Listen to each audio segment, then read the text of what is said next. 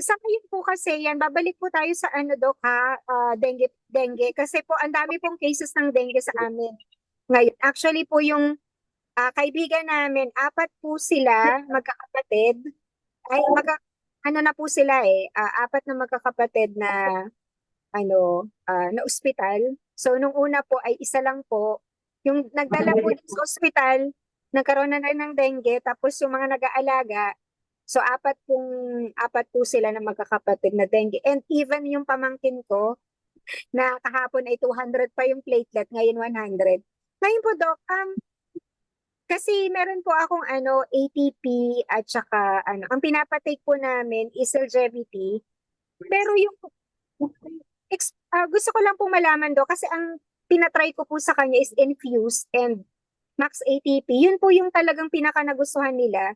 Nung pinatake ko po kasi parang nag LBM tsaka nagsusuka. Nung pinatake ko po talaga, Doc, is talaga nagbago yung color. So bakit po ganun kaganda yung effect sa kanya no? Yung isa pa lang po yung pinatake ko. Tapos biglang naganap ng pagkain. Tapos sumasakit po yung tiyan niya. Tapos nawala din po, naiihi niya yung yung umihi daw siya, nawala yung sakit to. Parang 2 days nang sumasakit yung tiyan, kaya natakot na sila. So pina-ospital na. Sa ngayon nasa ospital na sila. Pero nung sabi niya, ang laking ginhawa daw po ng Max ATP at saka ATP and infuse. Bakit po ganun, Dok? Ganun kaganda yung product na yun sa kanila? Bali, dalawang rason yan. Yung sabi ni Sir Rudy kanina na damay-damay. So, biruin mo lahat na nung part of the body that is producing platelet. Then yung capillary, yung mga blood vessel kasi nagiging porous, yung parang yung tubig lumalabas kaya bumababa ang yung blood volume, bumababa ang blood pressure, then tumataas ang hematocrit.